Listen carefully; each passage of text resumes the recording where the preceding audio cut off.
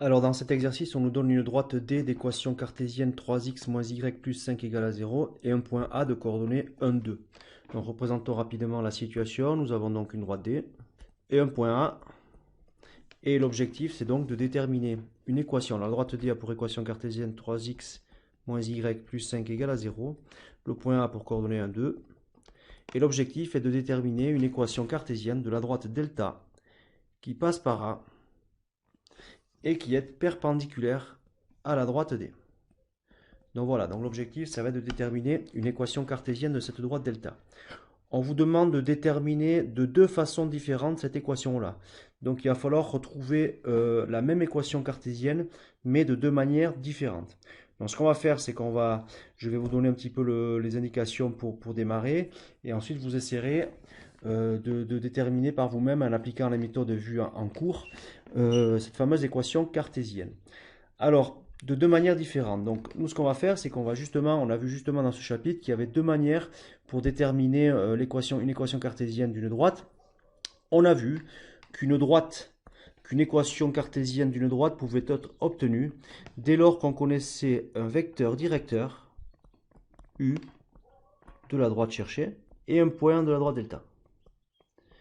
Donc, si on arrive à déterminer un vecteur directeur de la droite delta, et un point de la droite delta, alors on va être capable, en appliquant la méthode vue dans la première partie du chapitre lorsqu'on a travaillé avec les vecteurs directeurs, d'obtenir une équation cartésienne de la droite delta.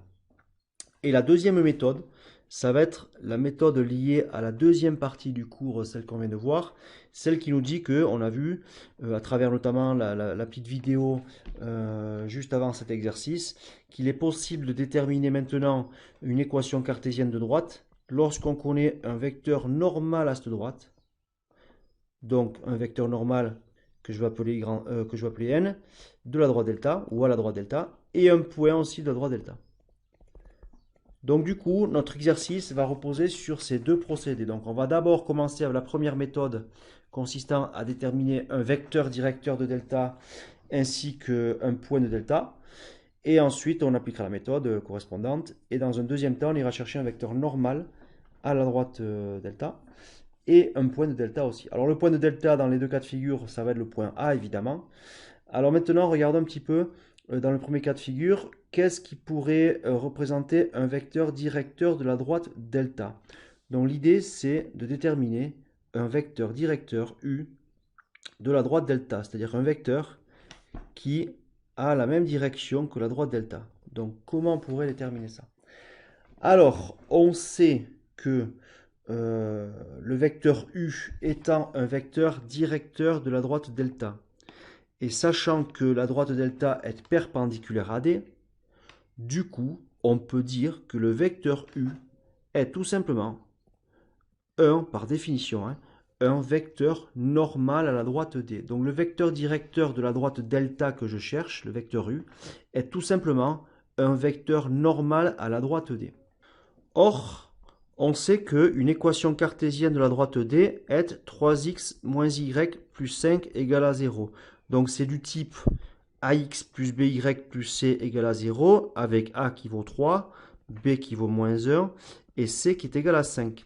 Or, on a vu que dans la leçon, lorsqu'une équation cartésienne d'une droite est connue, alors les coefficients a et b jouent le rôle des coordonnées d'un vecteur normal. Donc si ax plus by plus c égale 0 est une équation cartésienne d'une droite, alors on est sûr que le vecteur de coordonnées AB sera un vecteur normal. Donc du coup, mon vecteur directeur U de la droite delta que je cherche, c'est un vecteur normal AD. Or, comme la droite D a pour équation cartésienne 3x moins y plus 5, on en déduit qu'un vecteur normal à cette droite D aura pour coordonnées AB, c'est-à-dire 3 et moins 1. Donc on a trouvé maintenant les coordonnées d'un vecteur directeur de la droite delta. Du coup, maintenant, je vais vous laisser terminer le travail, c'est-à-dire qu'à partir du moment où vous connaissez un vecteur directeur de la droite que vous cherchez, et que vous connaissez un point, puisqu'il s'agit ici du point A de cette droite, on est capable, en appliquant la méthode vue dans la première partie de ce chapitre, de déterminer une équation cartésienne de la droite cherchée. Donc je vous laisse le faire maintenant, et vous coupez donc la vidéo pour le faire.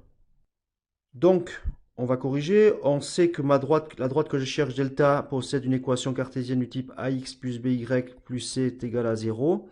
Or, on vient de dire que le vecteur u de coordonnées 3, moins 1 est un vecteur directeur de delta.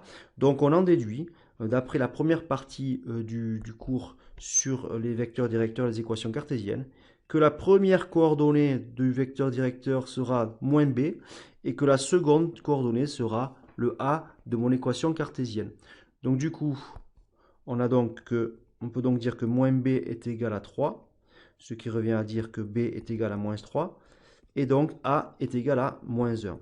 Du coup, ma droite delta aura donc une équation cartésienne du type ax, c'est-à-dire moins 1x, c'est-à-dire moins x, plus by, c'est-à-dire moins 3y, plus c est égal à 0. Or, il ne nous reste plus qu'à trouver c. Or, on sait que le point A de coordonnées 1, 2 appartient à delta. Donc, les coordonnées du point A vérifient l'équation de delta. Donc, moins xa moins 3ya plus petit c est égal à 0.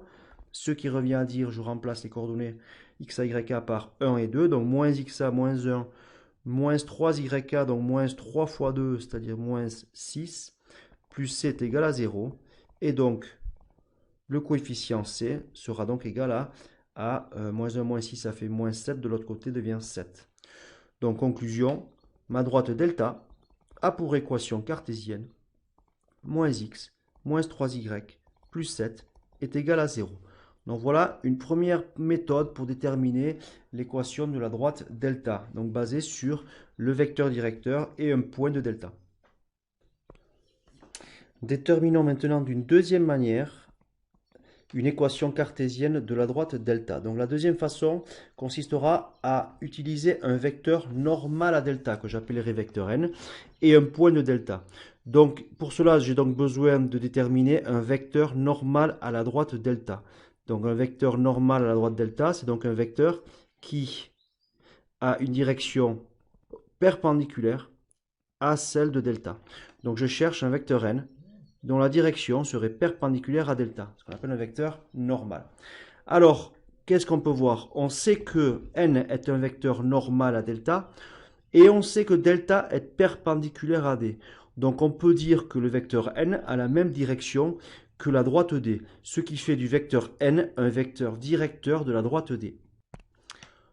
Or, la droite d a pour équation cartésienne 3x moins y plus 5 égale à 0, et on sait que, d'après la première partie du cours sur les équations cartésiennes, on sait que lorsqu'une droite a pour équation cartésienne ax plus by plus c égale à 0, donc ici a vaut 3, b vaut moins 1 et c vaut égal à 5, dans ce cas-là, le vecteur de coordonnées moins b, a, est un vecteur directeur de la droite d. Donc du coup ici, le vecteur n que je cherche, qui sera le vecteur normal à droite delta, on a dit que c'était un vecteur directeur de la droite d. Et connaissant les coefficients de l'équation cartésienne de la droite d, je peux donc dire que le vecteur n, qui est un vecteur directeur de d, a pour coordonnées moins b et a de l'équation cartésienne de la droite d. Donc moins b, b est égal à moins 1, donc b sera égal à 1. Et a est égal à 3, donc moins b, a, ça va être donc 1, 3. Donc le vecteur n de coordonnées 1, 3 est un vecteur normal à delta.